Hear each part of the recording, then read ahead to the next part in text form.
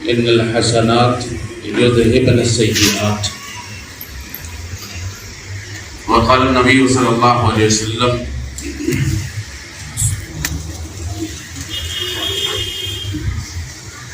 من لم يدع قول الزور والعمل به فليس لله حاجة أن يدع طعامه وشرابه أو كما قال النبي صلی اللہ علیہ وسلم. تمام تعریفات، توصیفات، تسبیحات، تحمیدات، طیبات، صلوات، تکبیرات، تمجیدات اچھے کلمات اللہ تبارک و تعالیٰ کے لیے ہیں. بلکہ اگر یوں کہا جائے کہ تعریف صرف اللہ تبارک و تعالیٰ کی ہے تو یہ بالکل صحیح بات ہے، کہ مخلوق میں جس کی بھی تعریف کی جاتی ہے وہ دراصل اللہ تبارک و تعالیٰ کی عطا کردہ خوبیوں کی بنا پر کی جاتی ہے. اگر کوئی صاحب جمال ہے تو اس میں اس کا کیا کمال ہے؟ اللہ جمیل محب الجمال کی وہ مثال ہے، اور بالآخر اسے زوال ہے. درود و سلام نبی اکرم صلی اللہ علیہ وسلم کی ذات گرامی کے لیے جو ہمارے آقا ہیں، رہبر ہیں، رہنما ہیں، اسوہ ہیں، قدوہ ہیں، مثال ہیں، اور نبی اکرم صلی اللہ علیہ وسلم کی پیروی میں ہماری نجات ہے.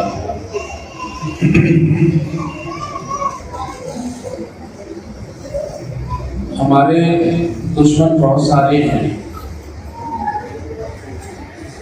اور ان دشمنوں میں سر فہرست جو دشمن ہے وہ شیطان ہے. یہ شیطان جو ہے ایسا دشمن ہے کہ ابتدائی انسانیت سے ہمارا دشمن ہے، اور اس نے قیامت تک دشمنی نبھانی ہے. اور آپ دیکھیے کہ اس قدر کمزور جو ہے وہ دشمن ہے جس کی وجہ سے ہمارے ماں باپ کو ننگا کر دیا گیا. اب مسئلہ یہ ہے، تصور میں لائیے، میں اپنے والد کو تصور میں لاتا ہوں اور اپنی والدہ کو تصور میں لاتا ہوں. آپ سب بھی اپنی اپنی والدہ کو اور والد صاحب کو تصور میں لائیے. اگر کسی شخص نے ان کو ننگا کیا ہو تو کیا آپ اس سے کوئی یارانہ لگائیں گے؟ کیا اس سے دوستی رکھیں گے؟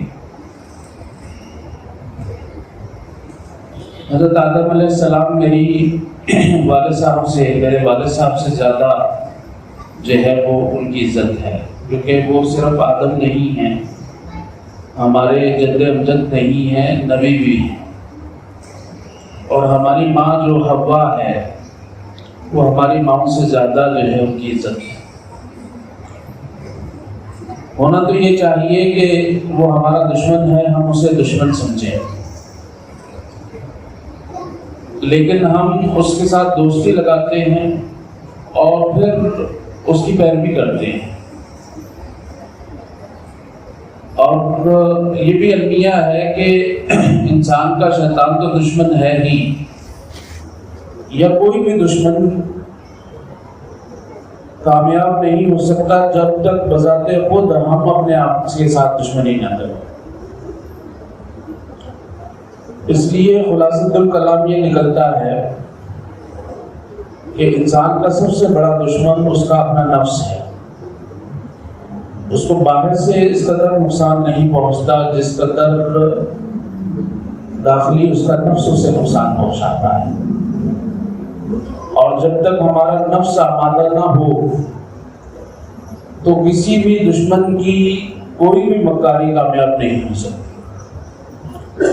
تو اس لیے سب سے زیادہ ہمیں جو احتیاط کرنی چاہیے وہ یہ کرنی چاہیے کہ اپنے نفس کا محاسبہ کرنا چاہیے اور گناہوں سے بچنا چاہیے. گناہوں سے بچنا اس قدر ضروری ہے کہ آپ کو نہ اس قدر امریکہ نقصان پہنچا سکتا ہے، نہ انڈیا نقصان پہنچا سکتا ہے، نہ کوئی اور نقصان پہنچا سکتا ہے، جس قدر جو ہے وہ آپ کے اپنے گناہ آپ کو نقصان پہنچا سکتے ہیں۔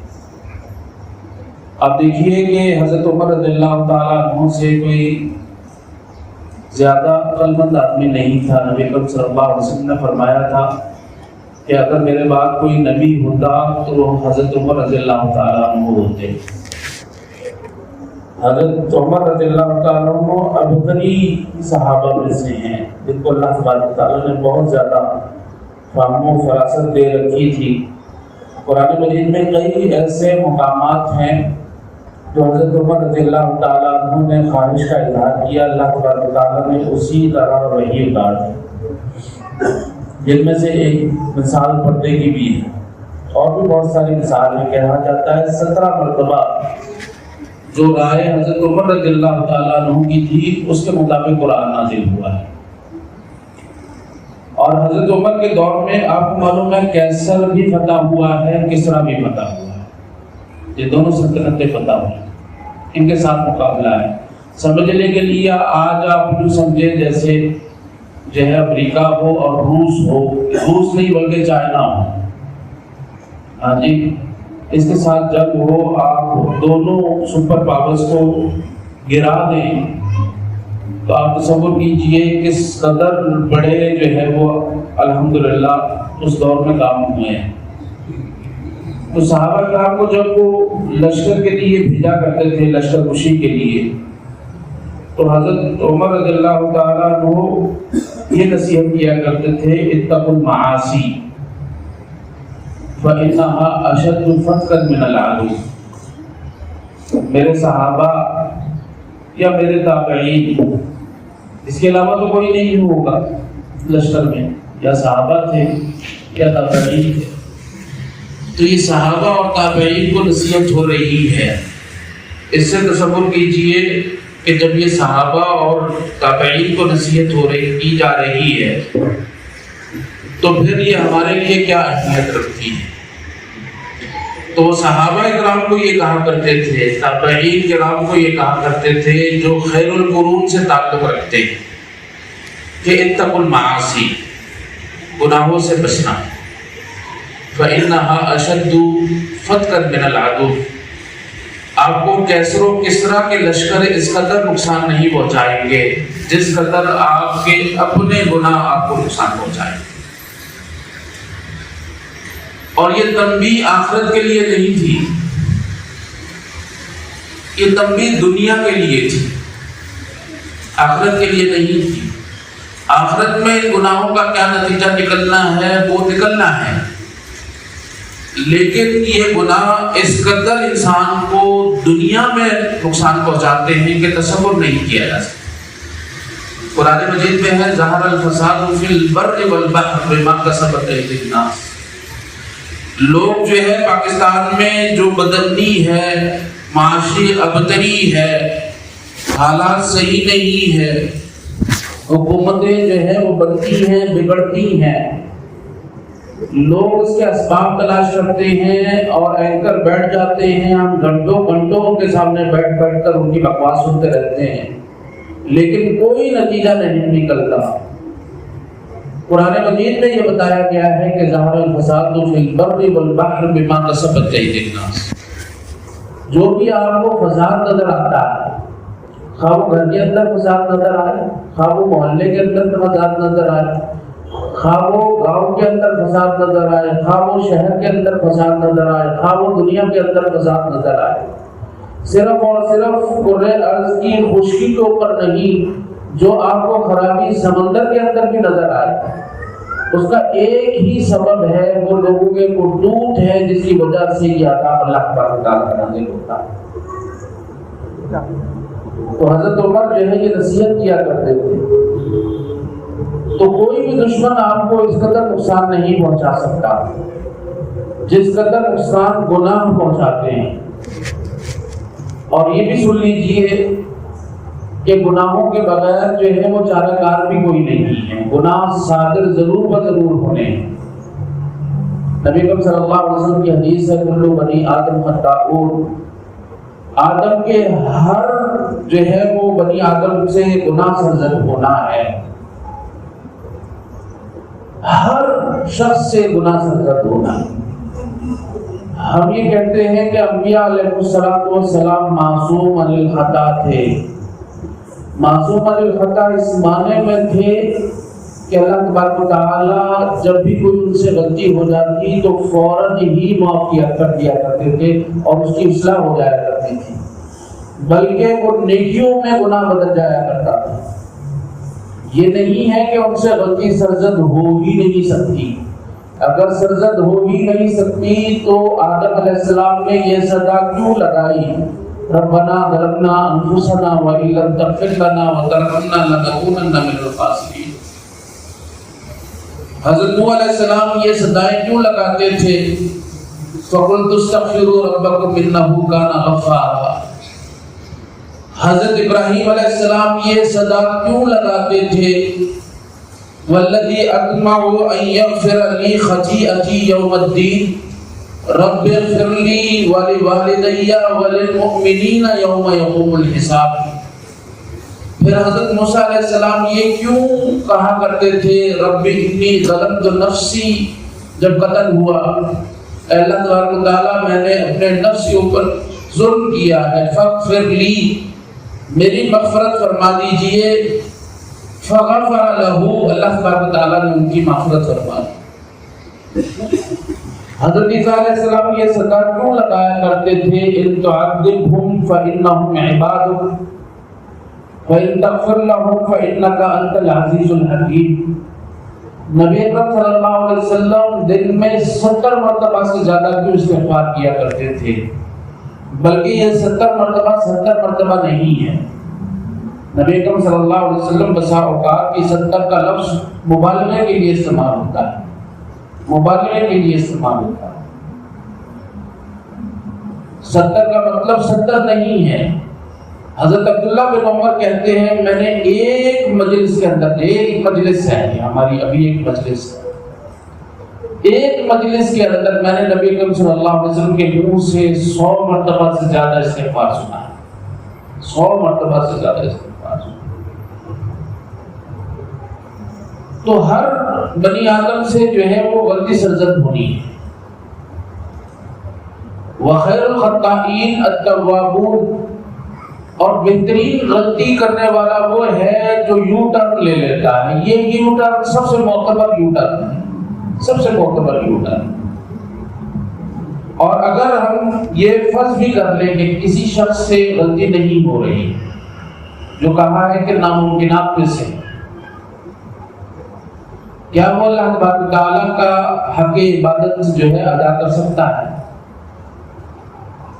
ساری زندگی اس نے نیکیاں ہی کی ہیں،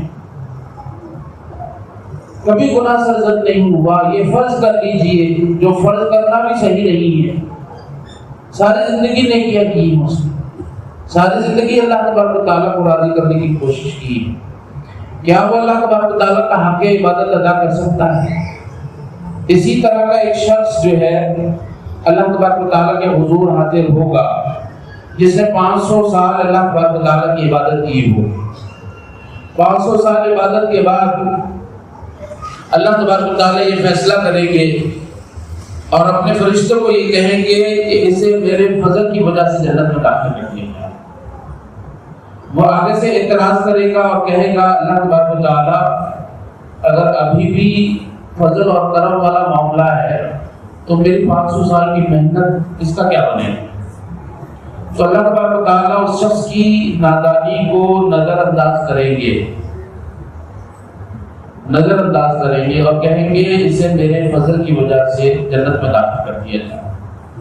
وہ شخص پھر اصرار کرے گا، اللہ تبارک و تعالیٰ پھر نظر انداز کریں گے، لیکن اس کا اصرار یہی رہے گا کہ میری عبادتوں کا حساب کتاب ہونا چاہیے۔ اور اللہ تبارک و تعالیٰ فرمائیں گے کہ آپ اپنی عبادتوں کا حساب چاہتے ہیں؟ وہ کہے گا ہاں میں حساب چاہتا ہوں۔ اللہ تبارک و تعالیٰ اس کی 500 سال کی عبادتیں ایک پلڑے میں رکھیں گے اور صرف ایک نعمت، آنکھ کی نعمت ہے غالباً، دوسرے پلڑ میں،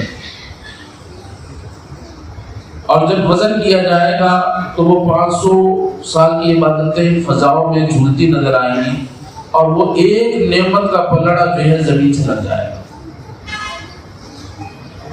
یہ ایک نعمت ہے، وَإِن تَعُدُّوا نِعْمَةَ اللَّهِ لَا تُحْصُوهَا۔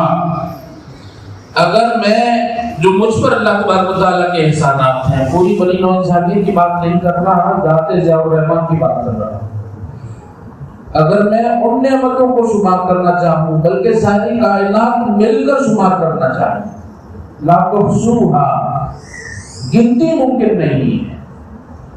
اور جب کسی چیز کی گنتی ممکن نہیں ہے تو پھر اس کا شکر کس طرح ہو سکتا ہے؟ اس کا مطلب ہے تقصیر تو ہے، کوتاہی تو رہے گی، کمی تو رہے گی، حق عبادت تو ادا نہیں کیا جا سکتا۔ تو حق عبادت جب ادا نہیں کیا جا سکتا تو پھر کیا ہو سکتا ہے؟ پھر یہ ہو سکتا ہے کہ اللہ تبارک و تعالیٰ معاف فرما دے، پھر یہ ہو سکتا ہے اللہ تبارک و تعالیٰ نظر انداز کر دے، پھر یہ ہو سکتا ہے اللہ تبارک و تعالیٰ کرم فرما دے، پھر یہ ہو سکتا ہے اللہ تبارک و تعالیٰ فضل فرما دے۔ یہ بندے کو بات سمجھ میں آئی ہے؟ یہاں تک کہ نبی اکرم صلی اللہ علیہ وسلم سے زیادہ قابل کوئی ہو سکتا ہے۔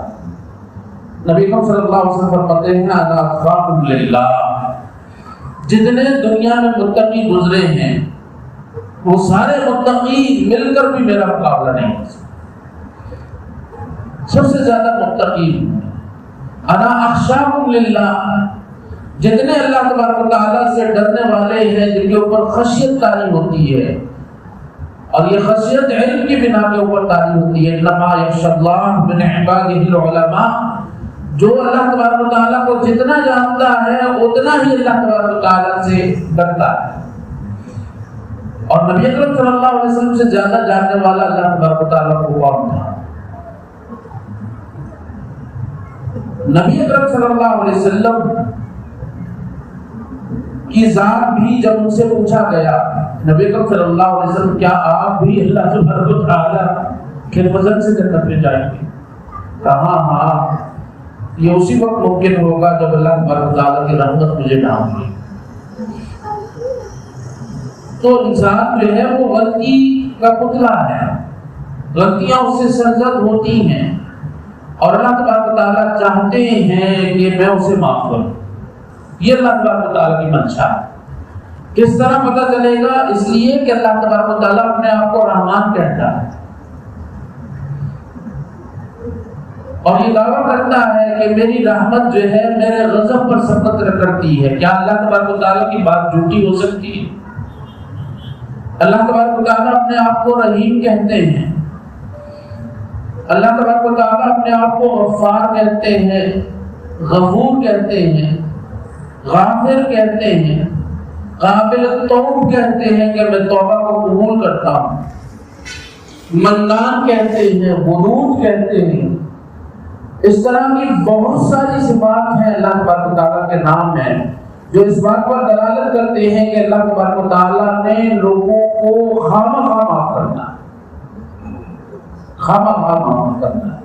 اور یہ جو ہم عبادتیں کرتے ہیں، یہ ان سب عبادتوں کا مقصد یہ ہے کہ فَقَلِيلٌ مِّنْكَ يَكْفِينِي وَلَٰكِن فَقَلِيلُكَ لَا يُقَالُ لَهُ قَلِيلٌ۔ یہ اللہ تبارک و تعالیٰ کی طرف سے یہ اظہار ہوتا ہے کہ تھوڑی سی کوشش کرو، میں تمہاری تھوڑی سی کوشش کو ہی بہت جانوں گا، بہت جانوں گا۔ اور اللہ تبارک و تعالیٰ نے ہر نیکی کے اندر یہ عنصر رکھا ہے، یہ صلاحیت رکھی ہے، ان الحسنات یذہبن السیئات، بے شک نیکیاں جو ہے وہ گناہوں کا صفایا کر دیتی ہیں۔ اس کے اوپر جو ہے جس طرح ہم ربڑ سے صاف کرتے ہیں لکھا ہوا، اس طرح جو ہے یہ نیکیوں کا کام ہے۔ ان الحسنات، بے شک نیکیاں، یذہبن السیئات، سیئات کو ختم کر دیتی۔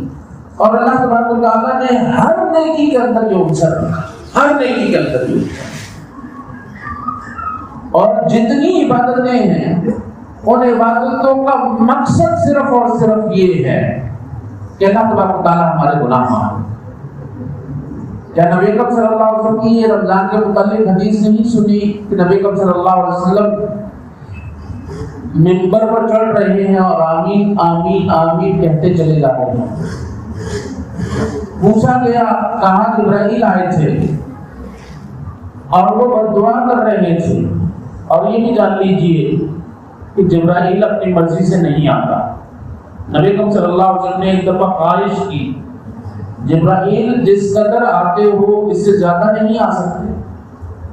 تو جبرائیل علیہ السلام نے کہا کہ نبی اکرم صلی اللہ علیہ وسلم آپ جانتے ہیں ہم تو پابند لوگ ہیں، ایک چھوٹے سے چھوٹا فرشتہ بھی ہونا اس کے بارے میں قرآن مجید میں ہے وَيَفْعَلُونَ مَا يُؤْمَرُونَ، وہ وہی کرتا ہے جس کا اسے آرڈر مل جاتا ہے۔ اور جبرائیل کی کیا مجال ہے؟ جبرائیل نے کہا جتنا آتا ہوں نبی اکرم صلی اللہ علیہ وسلم اللہ تبارک و تعالیٰ کی اجازت سے آتا ہوں، اذن سے آتا ہوں، حکم سے آتا ہوں، اس سے زیادہ نہیں آ سکتا۔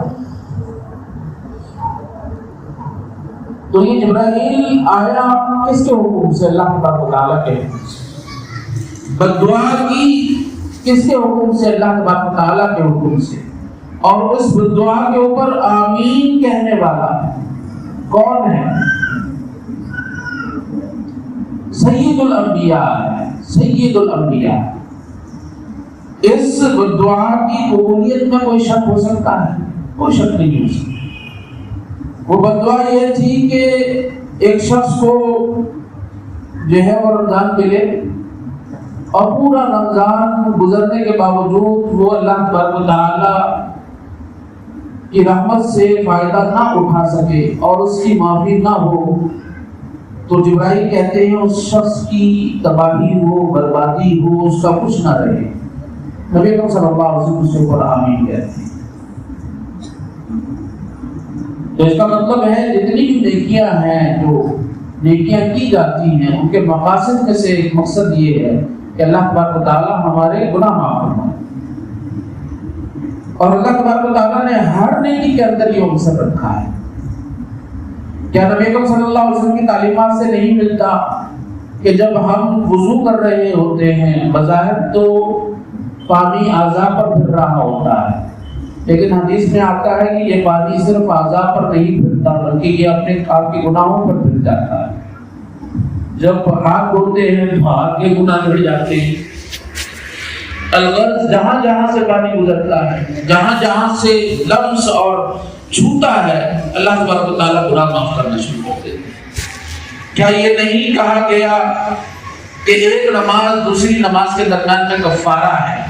بلکہ نبی اکرم صلی اللہ علیہ وسلم نے کہا کہ اگر کسی شخص کے گھر کے سامنے نہر ہو، وہ اس میں 5 مرتبہ غسل کرتا ہو، هل يبقى من درنه من شيء، کیا 5 مرتبہ اچھی طرح نہانے سے، غسل کرنے سے اس کے جسم کے اوپر ایک دن کے اندر کوئی میل کچیل باقی رہی؟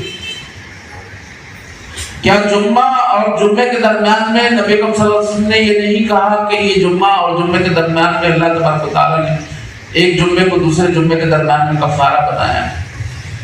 کیا اللہ تبارک و تعالیٰ کے نبی نے یہ نہیں بتایا کہ ایک عمرہ اور دوسرے عمرے کے درمیان میں گناہوں کا کفارہ ہے؟ کیا نبی اکرم صلی اللہ علیہ وسلم نے یہ نہیں بتایا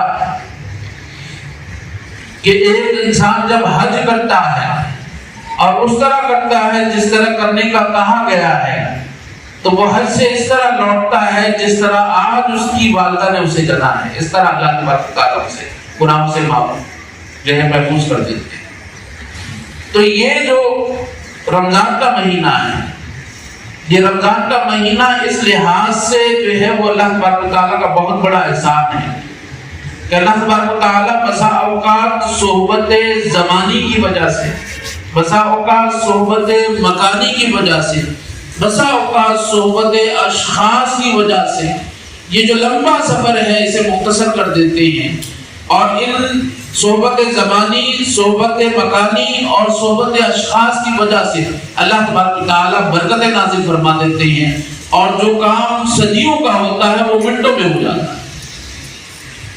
منٹوں میں ہو جاتا ہے. اور یہ صحبتیں اس کا بڑا اعتبار ہے اللہ تبارک تعالیٰ نے, بڑا اعتبار ہے. ابھی آپ سے یہ کہا گیا, ابھی بات ہوئی ہے کہ نبی اکرم صلی اللہ علیہ وسلم کیا فرمایا. نبی اکرم صلی اللہ علیہ وسلم نے, جبرائیل میں تمہاری صحبت میں زیادہ وقت گزارنا چاہتا ہوں. یہ اچھی صحبت کا اس قدر اثر ہوتا ہے, اچھی صحبت کا اس قدر اثر ہوتا ہے کہ نبی اکرم صلی اللہ علیہ وسلم سے ذات بھی یہ خواہش کرتی ہے کہ میں جبرائیل کی صحبت میں رہوں. اور اس صحبت کا اثر ہوتا ہے. نبی اکرم صلی اللہ علیہ وسلم کی حدیث بتاتی ہے, کان نبی صلی اللہ علیہ وسلم اجود الناس, نبی اکرم صلی اللہ علیہ وسلم بہت زیادہ سخاوت کیا کرتے. لوگ جا جا کر بتایا کرتے تھے, ارے محمد کے پاس جاؤ صلی اللہ علیہ وسلم, محمد تو ایسے خرچ کرتا ہے کہ اس سے فقیری کا کوئی ڈر ہی نہیں ہے. کہ آپ دنوں کے حوال ہے. نبی اکرم صلی اللہ علیہ وسلم کے پاس آتا بعد میں تھا, نبی اکرم صلی اللہ علیہ وسلم بسا اوقات آنے سے پہلے اس کو خرچ کرنے کے فیصلے کر دیا. یہ نبی اکرم صلی اللہ علیہ وسلم کی کیفیت تھی. حدیث میں آتا ہے کانا اجود الناس وَأَجْوَدَ مَا يَكُونُ فِي رَمَضَانَ حِينَ يَلْقَاهُ جِبْرِيلُ.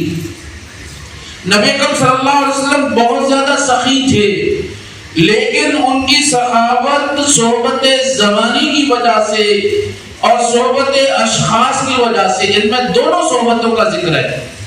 وَأَجْوَدَ مَا يَكُونُ فِي رَمَضَانَ, نبی اکرم صلی اللہ علیہ وسلم کی سخاوت رمضان میں بڑھ جاتی تھی. حین یلقاہ جبریل, جب نبی اکرم صلی اللہ علیہ وسلم جبرائیل کے ساتھ بیٹھا ہو. جبرائیل کی شخصیت کا بھی اثر ہوتا تھا نبی اکرم صلی اللہ علیہ وسلم کے اوپر. نبی اکرم صلی اللہ علیہ وسلم کے اوپر رمضان کا بھی اثر ہوتا ہے.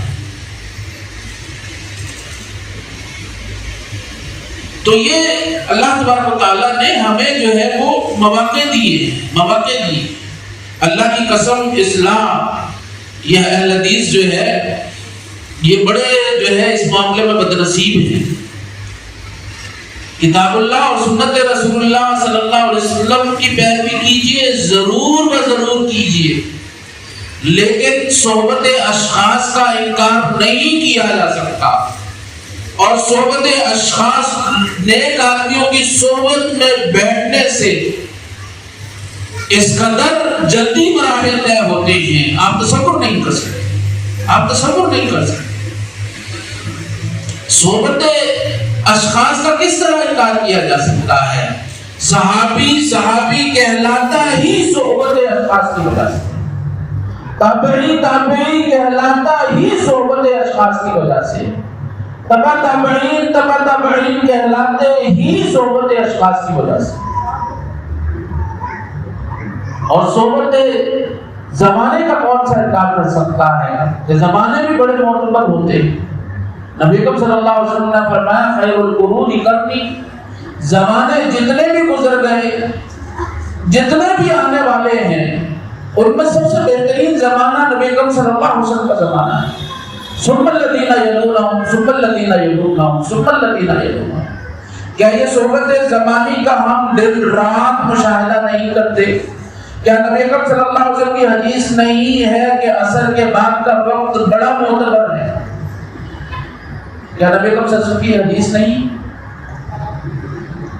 بلکہ ہم جو امت محمدی ہیں, ہمیں اللہ تبارک و تعالیٰ نے جو زمانہ دیا ہے وہ زمانہ یہی ہے.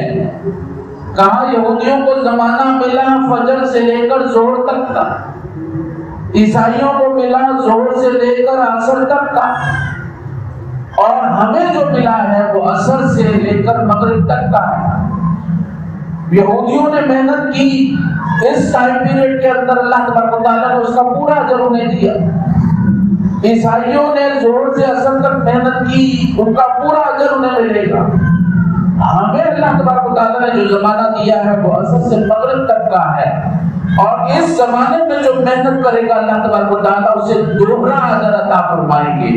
یہودی معترض ہوئے، عیسائی معترض ہوئے کہ ٹائم اور وقت اتنا ہی ہے لیکن ڈبل مزدوری ہے۔ اللہ تبارک و تعالیٰ فرمائیں گے کیا تمہاری اجرت میں کوئی کمی ہوئی؟ کہیں گے نہیں، ہمیں پورا معاوضہ ملا۔ کہا یہ میرا فضل ہے جسے میں عطا کروں۔ کیا فجر کے وقت اللہ تبارک و تعالیٰ آسمان دنیا پر نہیں آتے اور آنے کے بعد سدائے نہیں لگاتے؟ یہ کلیہ سن لیجیے، اللہ تبارک و تعالیٰ نے جو آخری 1/3 وقت ہے اسے بڑا معتبر بنا ہے۔ دن میں آخری 1/3 وقت عصر سے مغرب تک بنتا ہے، اور رات کا آخری 1/3 وقت جو ہے ثلث الاخیر جو بنتا ہے وہ تہجد کا وقت بنتا ہے۔ پھر اس کے بعد آپ یہ دیکھ لیجئے سال میں جو 1/3 آخری 4 مہینے بنتے ہیں وہ رمضان بنتا ہے، وہ شوال بنتا ہے، وہ ذی القعدہ بنتا ہے، اور وہ ذی الحجہ بنتا ہے۔ کیا اللہ تبارک و تعالیٰ نے ان 4 مہینوں میں ساری برکتیں جمع نہیں فرماتی ہیں؟ ساری برکتیں جمع نہیں کرتی ہیں اللہ تعالیٰ۔ اور پھر رمضان کو آپ جو ہے آخری 1/3 کو دیکھ لیں جس میں ہم ابھی موجود ہیں، پہلا عشرہ گزرا 1/3 ہو گیا، دوسرا عشرہ گزرا وہ 2/3 ہو گئے، یہ آخری 1/3 نہیں ہے۔ اس کی شان کیا ہوگی؟ یہ اللہ تبارک و تعالیٰ کی تقسیم ہے۔ یہ دن رات ہم اس کا مشاہدہ کرتے ہیں، ہم ماہ سال میں اس کا مشاہدہ کرتے ہیں۔ یہ صحبت زمانی ہے جس کا بڑا اعتبار ہے اللہ تبارک و تعالیٰ نے، اور صحبت مکانی یہ جہاں پر ہم بیٹھے ہیں، دنیا ساری اللہ تبارک و تعالیٰ کی بنائی ہوئی ہے، لیکن اللہ تبارک و تعالیٰ کو یہ جگہ جو ہے پوری دنیا میں سب سے اچھی لگتی ہے جس میں ہم بیٹھے ہوئے ہیں۔ اللہ تبارک و تعالیٰ کو سب سے بری جگہ جو ہے وہ بازار لگتی ہے۔ کیا بازار میں انسان کا نفس گناہ کی طرف نہیں جاتا؟ کیا یہاں پر بیٹھے بیٹھے خامخواہ نیکی کرنے کا دل نہیں کرتا؟ کیا اللہ تبارک و تعالیٰ نے جو ہے وہ مکہ کو معتبر نہیں بنایا؟ کیا اللہ تبارک و تعالیٰ نے مدینہ کو معتبر نہیں بنایا؟ کیا اللہ تبارک و تعالیٰ نے سبحان الذی اسری بعبدہ لیلا من المسجد الحرام الی المسجد الاقصی الذی بارکنا حولہ، شام کی سرزمین اور فلسطین کی سرزمین کو اللہ تبارک و تعالیٰ نے بابرکت نہیں بنایا؟ اللہ تبارک و تعالیٰ نے بابرکت نہیں بنایا۔ تو یہ اللہ تبارک و تعالیٰ نے مواقع دیے کہ یہ رمضان ہے، اس کے اندر جس قدر آپ استفادہ حاصل کریں، جس قدر آپ اس وقت سے فائدہ اٹھانے کی کوشش کریں، اس قدر جو ہے وہ کم ہے، اس قدر کم ہے۔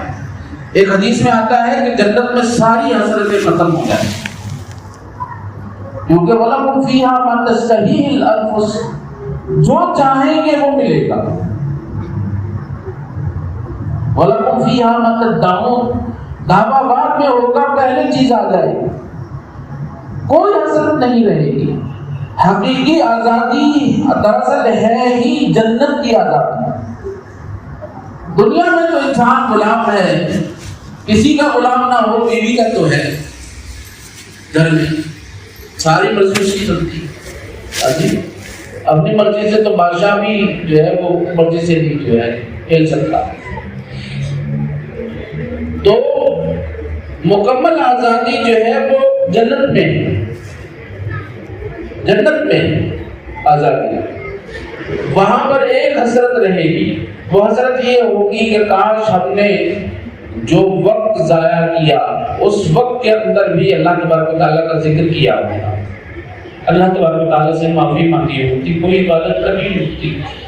تو آج یہاں پر ہیں، یہاں پر نہ ہوتے شاید ہم وہاں پر ہوتے، کیونکہ جنت کے جو ہے وہ درجے ہیں، جیسے جیسے اوپر کو جاتا ہے جنت میں انسان، وہ ترقی کا سفر ہے۔ وہ جو ہے آگے بڑھنے کا سفر ہے۔ جنت جیسے جیسے اونچی ہوتی چلے جاتی ہے اسی قدر خوبصورت سے خوبصورت ترین ہوتی چلی جاتی ہے، اور سب سے اونچی جنت جنت الفردوس ہے۔ اللہ تبارک و تعالیٰ ہمیں جنت الفردوس عطا فرمائے۔ اور جہنم تنزلی کا سفر ہے، پستی کا سفر ہے، گراوٹ کا سفر ہے۔ جیسے جیسے جہنم میں نیچے کو اترا جائے گا ویسے ویسے جہنم کی ہولناکیوں کے اندر اضافہ ہوتا چلا جائے گا، اور آخری جو جہنم کا پیلا ہے اسے ویل کہا جاتا ہے، ویل کہا جاتا ہے۔ تو عام وقت کے بارے میں انسان جو ہے وہاں پر پچھتائے گا، کیا رمضان کے بارے میں اس سے پچھتاوا نہیں ہوگا؟ جب ضربیں لگتی ہیں، جب عمل جو ہے وہ بڑھا دیے جاتے ہیں، جب نبی اکرم صلی اللہ علیہ وسلم کی کیفیت وجہ جایا کرتے ہیں۔ صحابہ کرام کے بارے میں آتا ہے کہ 6 مہینے تک جو ہے وہ دعائیں کرتے رہتے ہیں کہ رمضان گزرا ہے، اللہ تبارک و تعالیٰ اس کے جو نیکیاں کرنے کی توفیق ہوئی ہے اللہ تبارک و تعالیٰ اسے قبول فرمائے۔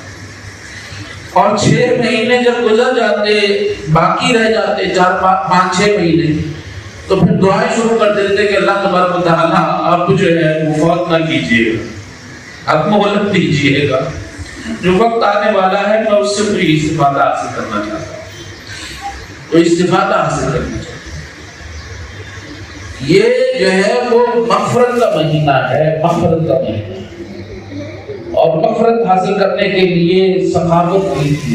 یہ قرآن کا مہینہ ہے، یہ قرآن کا مہینہ ہے۔ نبی صلی اللہ علیہ وسلم کثرت سے قرآن پڑھا کرتے تھے، صرف قرآن پڑھا نہیں کرتے تھے، قرآن سنا کرتے تھے۔ یتدارسہ القرآن، جبرائیل پڑھا کرتے تھے، نبی صلی اللہ علیہ وسلم سنا کرتے تھے۔ جبرائیل سنا کرتے تھے، نبی صلی اللہ علیہ وسلم سنایا کرتے تھے۔ یہ نبی صلی اللہ علیہ وسلم کا معمول ہے۔ یہ وہ مہینہ ہے جس کے اندر اللہ تبارک و تعالیٰ نے غالباً وحی نازل کی۔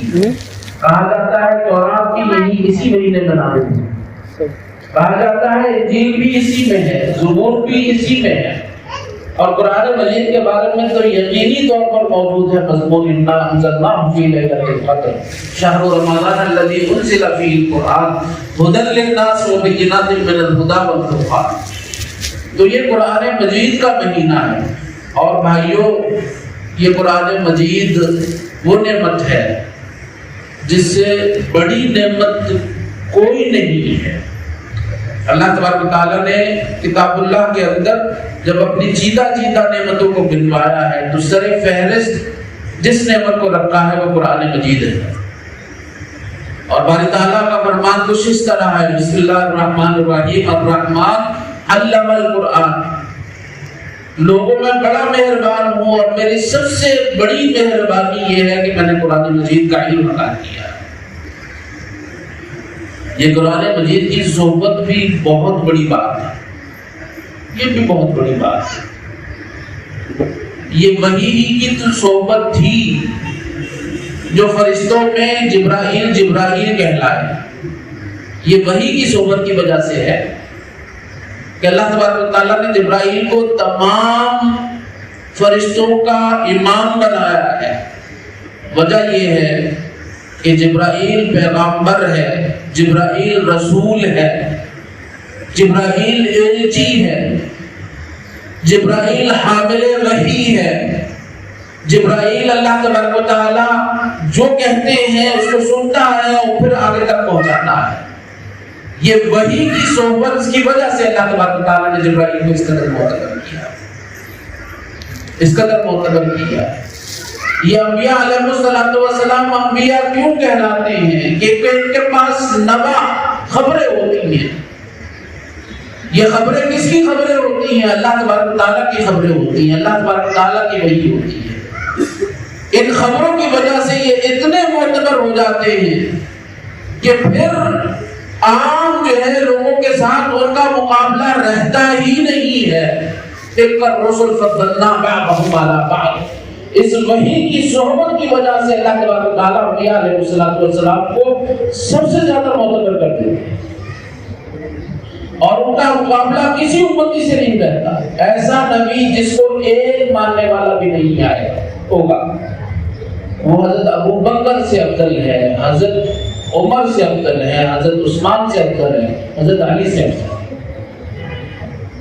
صرف اور صرف وحی کی صحبت کی وجہ سے, کیونکہ وہ ڈائریکٹ اللہ تبارک و تعالیٰ سے علم حاصل کرتا ہے. یہ علم کی اہمیت, یہ وحی کی اہمیت, یہ کتاب اللہ کی اہمیت ہے. اور وہ کتاب جس سے اللہ تبارک و تعالیٰ نے کہا ہے کہ یہ مہیمن ہے, تمام کتابوں کے اوپر جو ہے یہ صدق رکھتی ہے, اس کی کیا اہمیت ہے؟ یہ اس کتاب کے نازل ہونے کا مہینہ ہے. تو اس کتاب کی صحبت اختیار کیجئے. اس کتاب کی صحبت کس طرح اختیار کی جا سکتی ہے؟ اس کو سننا بھی فرض ہے. فرض ہے سننا, فرض ہے. جماعت فرض ہے نا, اس میں فجر کی نماز بھی پڑھتے ہیں آپ, ہاں جی, مغرب کی بھی پڑھتے ہیں, عشاء کی بھی پڑھتے ہیں, اس کو قرآن پڑھا جاتا ہے نا, تو سننا فرض ہے قرآن مجید, ہاں جی, سننے بغیر کوئی چارہ کار نہیں ہے. پھر اس کو پڑھنا بھی فرض ہے. اقرأ باسم ربک الذی خلق, پہلی وہی ہے, یہ بھی فرض ہے, ہاں جی. اس کو یاد کرنا بھی فرض ہے, ہاں جی. یاد نہیں کریں گے تو نماز کس طرح پڑھیں گے, ہاں جی. اس کے اوپر غور و فکر اور تدبر اور تفکر کرنا بھی فرض ہے. افلا یتدبرون القرآن ام علی قلوب اقفالها, یہ بھی فرض ہے. وَلَقَدْ يَسَّرْنَا الْقُرْآنَ لِلذِّكْرِ فَهَلْ مِن مُدَّكِرٍ, یہ بھی فرض ہے, ہاں جی. پھر اس کے اوپر عمل کرنا, میرا خیال یہ سنت ہے یا فرض ہے, یہ بھی فرض ہے. پھر اس کے بعد جو سن لیا ہے, پڑھ لیا ہے, یاد کر لیا ہے, غور و فکر کر لی ہے, اس کے اوپر عمل کر لیا ہے, اس کو آگے تک پہنچانا بھی فرض ہے. اب آپ, میں اپنے گریبان میں جھانکوں اور آپ اپنے گریبان میں جھانکیں اور سوچیں ہم نے اس فرض کے اوپر کتنا عمل کیا. جب اس فرض کے اوپر عمل نہیں ہے نا, تو قیامت والے دن یہ صدا آنی ہے رسول اللہ صلی اللہ علیہ وسلم کی طرف سے. وقال الرسول یا ربی ان قوم اتخذوا هذا القرآن مہجورا, اللہ تبارک و تعالیٰ میری امت کی ناکامی کا ایک ہی سبب ہے, اس نے قرآن مجید کو پس سے پش ڈال رکھا ہے. نہ انہوں نے سنا صحیح طرح, جس طرح سننے کا حق تھا,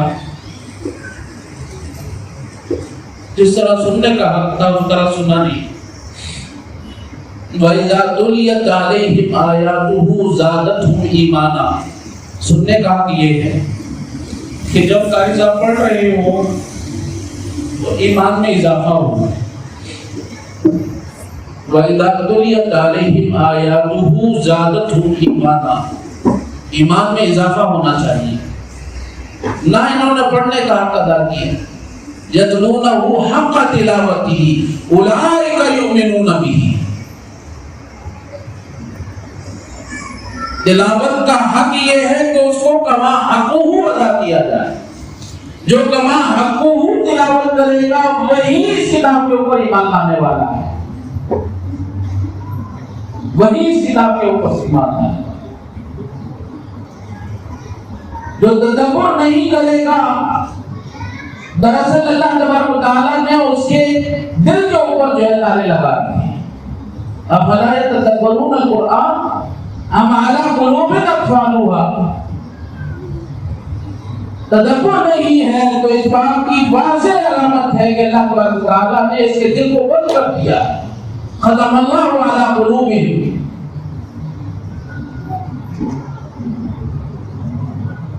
اگر عمل نہیں کرے گا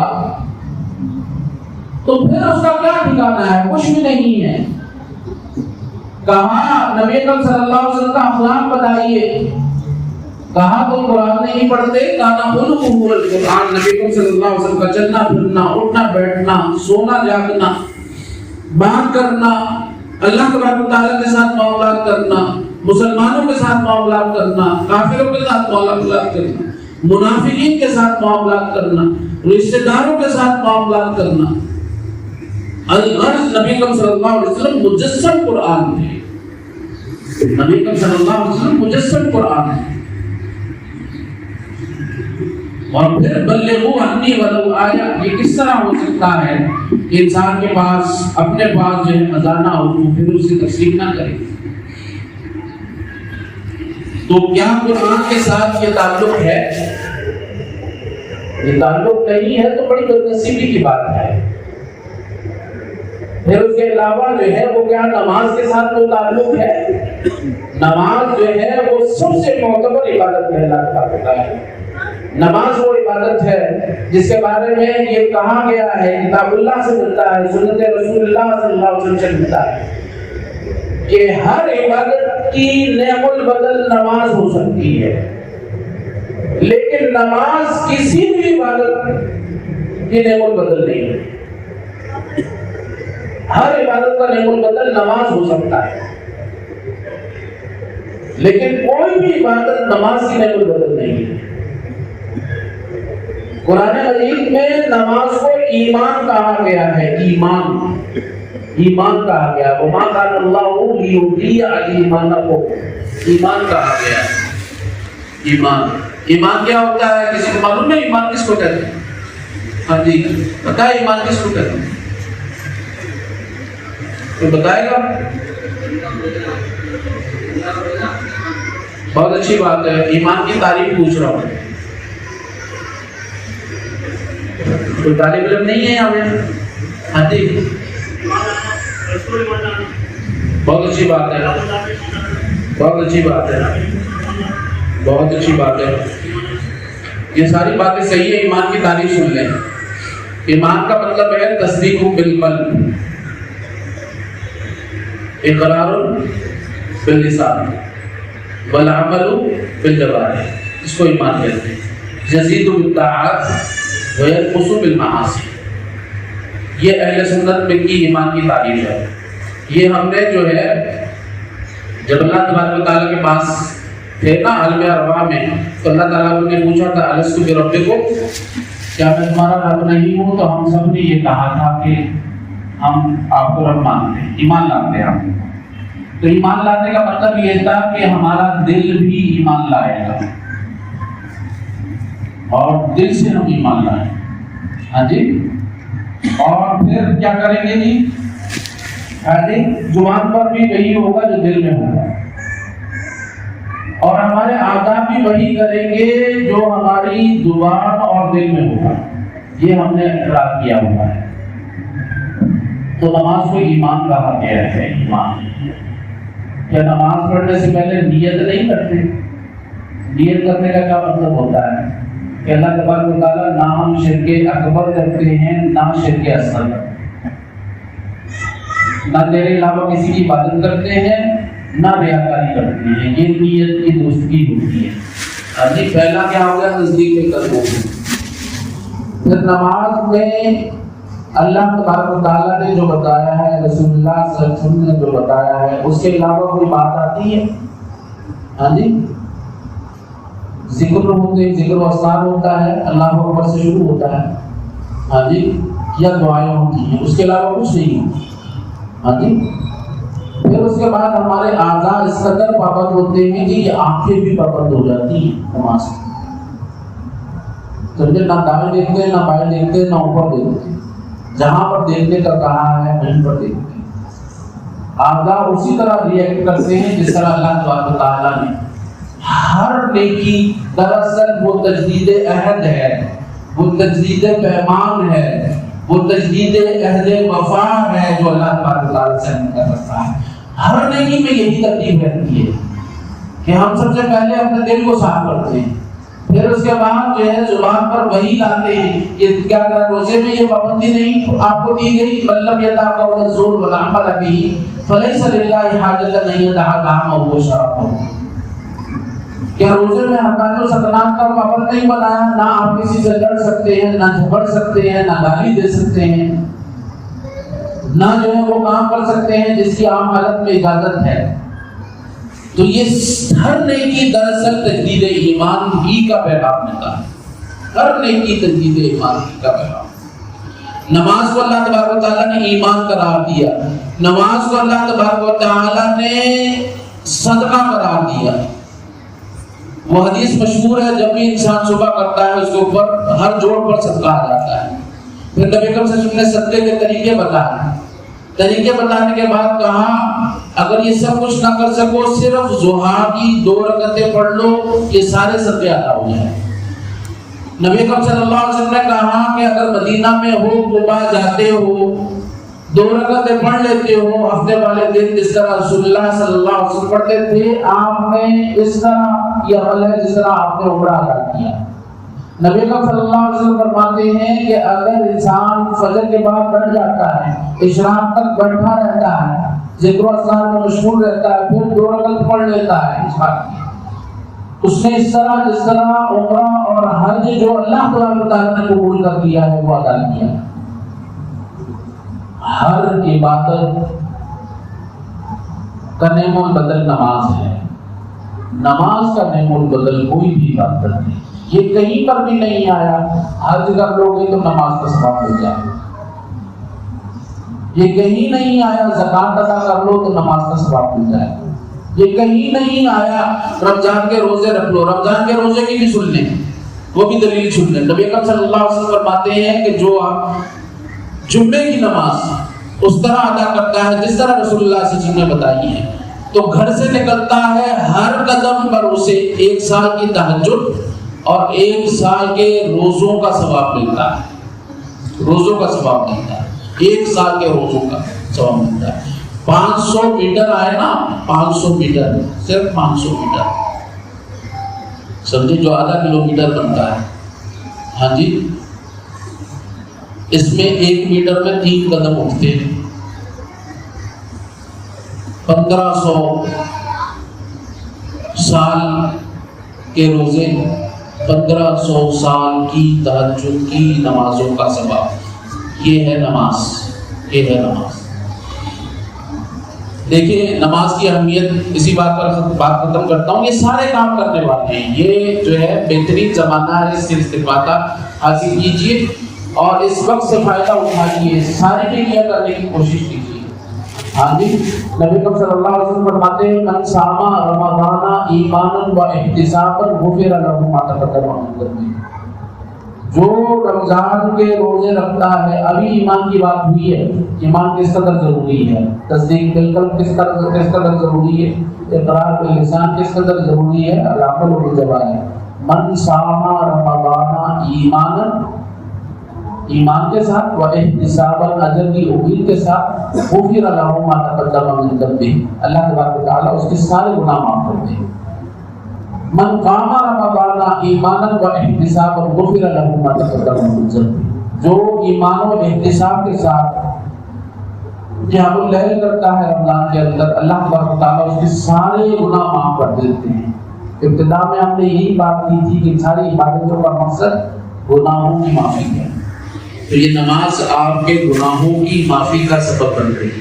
من قام لیلۃ القدر ایمانا و احتسابا غفر له ما تقدم من ذنبه. جو لیلۃ القدر میں قیام کر لیتا ہے اللہ تبارک و تعالیٰ اس کے سارے گناہ معاف کر دیتے ہیں. نکتہ یہ ہے کہ روزوں کی وجہ سے 1 موقع مل رہا ہے نماز کی وجہ سے 2 موقع رمضان میں مل رہے ہیں. یہ نماز کی اہمیت ہے. اور پھر مقصد جو ہے وہ کیا ہے. اللہ تبارک و تعالیٰ ہمارے گناہ معاف فرما دے. آپ دیکھیے کہ حضرت عائشہ رضی اللہ تعالیٰ عنہا نے پوچھا نبی اکرم صلی اللہ علیہ وسلم سے.